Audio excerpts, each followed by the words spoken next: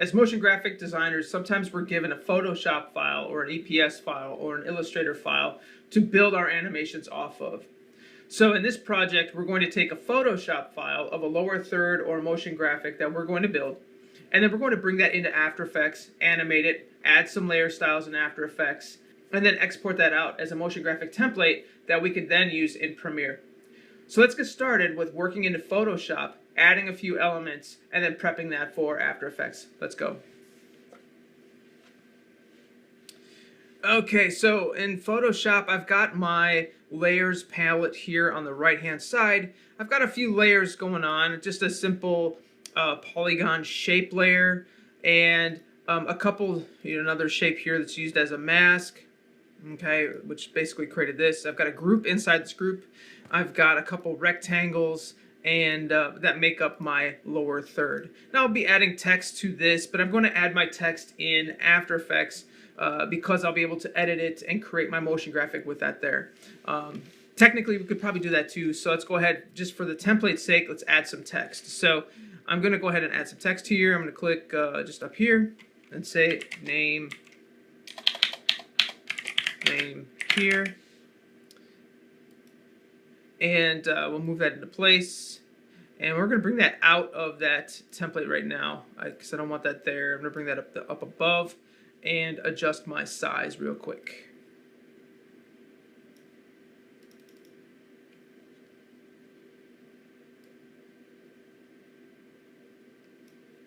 Oh, there we are.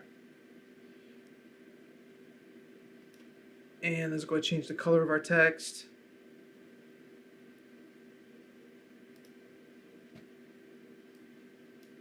Just do a simple white for now. And I'm going to make that left justified. Grab my move tool, move it into place. So there's name here. And then I'm going to go ahead and duplicate this and just hold on Alt, drag it down, scale it down for now. And grab text. There we go. We're going to call this one position. So a lot of times it's who we are and what's our position when it comes to a lower third.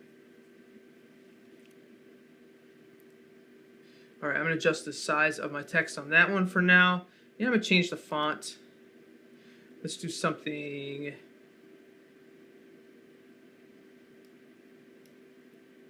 I don't like that. That looks cool. And we'll change the color of that text to like a gray, dark gray. Looks good there. Let's come up here to name here.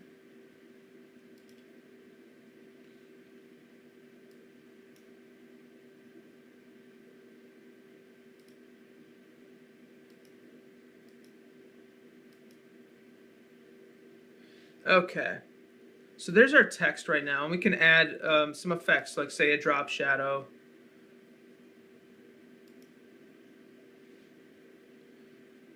And I don't want any noise on this one.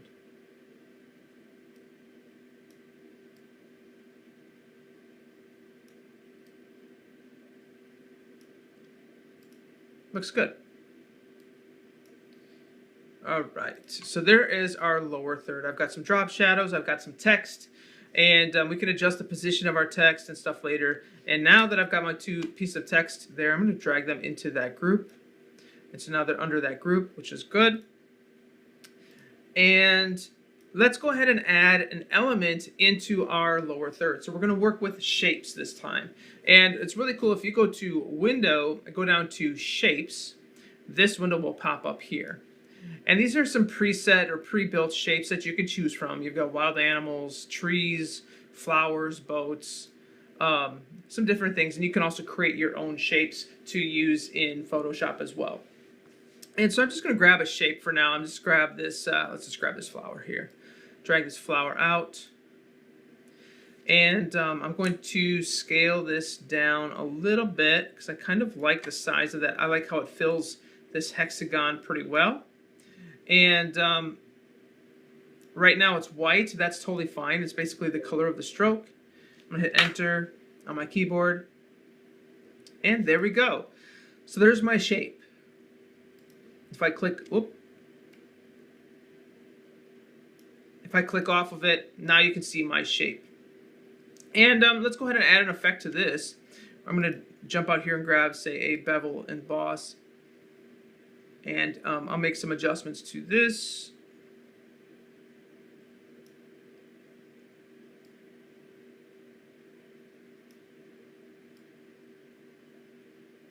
Like that.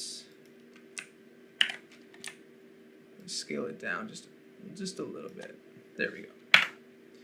And then we'll add a drop shadow to that as well. So drop shadow, distance, just a little bit. There we go. And then on this polygon, this one here actually, yep, we're going to add another effect. I'm going to say inner shadow on this one. That looks good. So there we go. Now we've got some effects going on in our project. And once you have your lower third or your motion graphic ready to go ahead and save this out as a Photoshop document. So we'll go to File, Save, or you can just do File, Save As, and save it as a PSD. All right, so there you go. We've got our lower third created. We do have some transparency, which is great. And our next step is going to bring this Photoshop document and layers into After Effects, where we can actually edit the layers, edit the text, maybe even group some layers together that we don't really need to have individual, and build out our motion graphic inside After Effects. I'll see you there.